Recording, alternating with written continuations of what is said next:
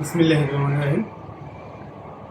দারুল হুদা necessary এতিমখানার অনিয়মের বিষয়ে আপনাদের মাধ্যমে আমি এইমাত্র অবগত হলাম এবং আপনারা হয়তো জেনে থাকবেন বা এখন জানবেন আমি সর্বসাম্প্রতিক অতিরিক্ত দায়িত্ব গ্রহণ করেছি উপপরিচালকের। এতিমের পিরোজপুরের ভান্ডারিয়া উপজেলার একটি এতিমখানায় সরকারি বরাদ্দের অর্থ আত্মসাতের অভিযোগ উঠেছে। সরকারি নথিতে ১৭৫ জন এতিম ও দুস্থ শিশুর জন্য প্রতি মাসে ৩.৫ লাখ টাকা বরাদ্দের তথ্য থাকলেও সরেজমিনে গিয়ে দেখা গেছে বাস্তব চিত্রে রয়েছে বড় ধরনের অসঙ্গতি। বিষয়টি নিয়ে নিরপেক্ষ তদন্তের দাবি উঠেছে।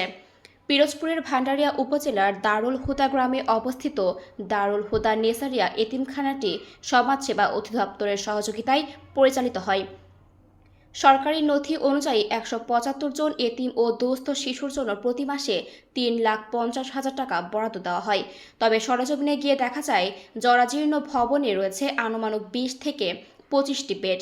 সংবাদ সংগ্রহের সময় সেখানে উপস্থিত ছিল মাত্র ১০ থেকে ১২ জন এতিম ও দুস্থ শিশু।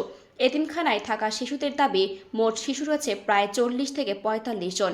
আর প্রতিষ্ঠানের বাবুর্চি জানান তিনি প্রতিদিন সর্বোচ্চ ৫০ থেকে ৬০ জনের জন্য খাবার রান্না করেন।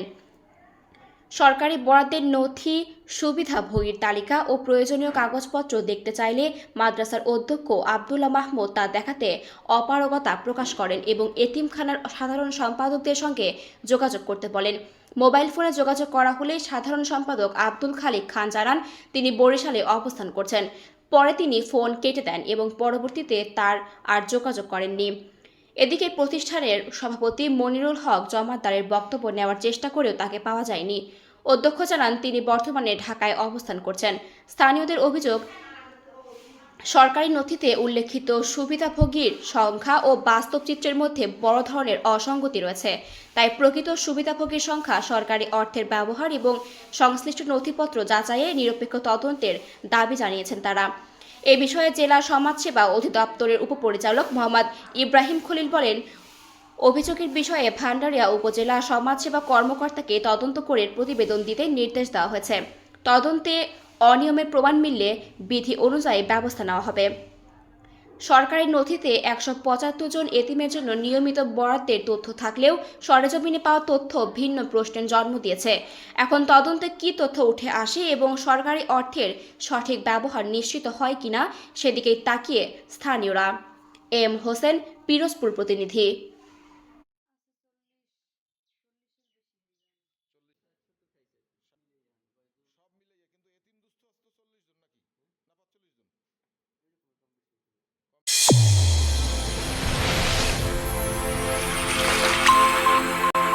চ্যানেল A1 হৃদয়ের স্পন্দন।